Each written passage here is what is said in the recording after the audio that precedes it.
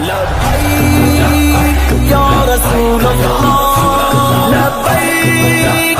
یا رسول اللہ، حاضر ہے یا نبی یا رسول اللہ، حاضر ہے یا نبی یا رسول اللہ، لبیک یا رسول اللہ، لبیک یا رسول اللہ۔ السلام علیکم ورحمۃ اللہ وبرکاتہ۔ الحمدللہ یا اللہ والصلاة والسلام علی رسول اللہ، اما بعد فاعوذ باللہ من الشیطان الرجیم، بسم اللہ الرحمن الرحیم۔ ان اللہ وملائکتہ یصلون علی النبی یا ایہا الذین آمنوا صلوا علیہ وسلموا تسلیما۔ اللہم صل وسلم دائما ابدا علی حبیبک خیر الخلق کلہم، صلاۃ و سلام علیک یا حبیبی یا رسول اللہ، علیک الصلاۃ والسلام۔ آج بڑے افسوس کے ساتھ یہ کہنا پڑ رہا ہے، وہ ہمارا وطن عزیز